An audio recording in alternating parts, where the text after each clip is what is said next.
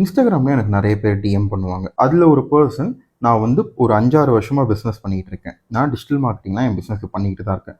அப்படி இருந்தாலும் எனக்கு நான் நினைச்ச மாதிரி சேல்ஸ் நடக்க மாட்டேங்குது. இத பத்தி நான் உங்ககிட்ட பேசணும். உங்களோட கான்டாக்ட் நம்பர் குடுங்கன்னு கேட்டிருந்தாரு. நானும் என்னோட கான்டாக்ட் நம்பர் எடுத்து குடுத்து ஒரு டைம்க்கு கால் பண்ணுங்கன்னு சொல்லிட்டேன். கால் பண்ணிட்டு அவரு லிஸ்ட்டா ஒரு விஷயத்த சொன்னாரு. நான் வந்து ஒரு 5 வருஷமா பிசினஸ் ரன் பண்றேன். ஒரு 2 வருஷத்துக்கு முன்னாடி மார்க்கெட்டிங் பண்ணாதான் பிசினஸ் சர்வைவ் ஆகும்னு எல்லாரும் சொன்னாங்க. அதனால நான் ஒரு டிஜிட்டல் மார்க்கெட்டிங் டீமை ஹையர் பண்ணி என்னோட இன்ஸ்டாகிராம், ஃபேஸ்புக் பேஜ்லாம் அவங்ககிட்ட கொடுத்துட்டேன்.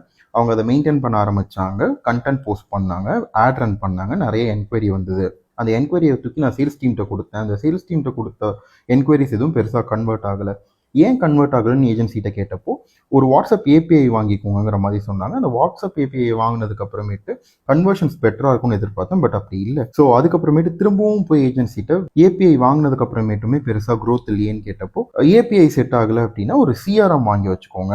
சிஆர்எம்ல வந்து ப்ராப்பராக லீட்ஸ் எல்லாம் மேனேஜ் பண்ணீங்க அப்படின்னா ஃபாலோ அப் எதுவும் மிஸ் ஆகாது. ஸோ வந்து உங்களுக்கு கன்வர்ஷன் பெட்டராக இருக்குங்கிற மாதிரி சொன்னாங்க. ஸோ நான் ஒரு சிஆர்எம்மும் வாங்கி அதையும் ஆட்டோமேட் பண்ணி என்னோட டீம்கிட்ட கொடுத்துட்டேன். இது எல்லாம் நாங்கள் ப்ராப்பராக பண்ணியும் நான் எதிர்பார்க்குற மாதிரி சேல்ஸ் வந்து எனக்கு பெருசாக போகலை. நான் எதிர்பார்த்த அளவுக்கு போகலை. ஸோ இது எதனால் நடக்குது? ஏன்னா வந்து இதுக்கு மேலே என்ன பண்ணுறதுன்னு கேட்டால் யார்ட்டையும் வந்து சரியான பதில் வர மாட்டேங்குதுங்கிற மாதிரி அவர் சொல்லியிருந்தார். ஆக்சுவலி இந்த ப்ராப்ளம் அவருக்கு மட்டும்தான் இருக்கான்னு கேட்டால் அவருக்கு மட்டும் இல்லை. ஒரு 10 கிளைண்ட் ஆன்போர்ட் பண்ணுறோம் அப்படின்னா அதில் ஒரு 6 to 7 பேருக்கு இந்த பிரச்சனை இருக்கும். அவங்க வந்து நாங்கள் என்ன சொன்னாலும் அதை வந்து பண்ணுறதுக்கு ரெடியாக இருப்பாங்க. லைக் ஒரு ஏபிஐ வாங்கிப்பாங்க.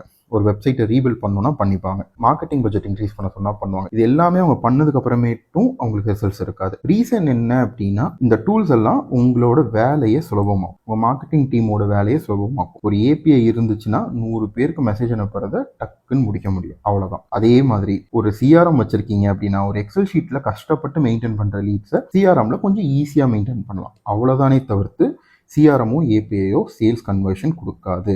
இன்ஸ்டட் எது சேல்ஸ் கன்வர்ஷன் கொடுக்கும் அப்படின்னா எம்பத்தி. உங்களுக்கு வர லீட்ஸ்லாம் இருக்கு இல்லையா, அதெல்லாம் எங்களை பொறுத்த வரைக்கும் நம்பர்ஸ். பட் உங்களை பொறுத்த வரைக்கும் பீப்புள்.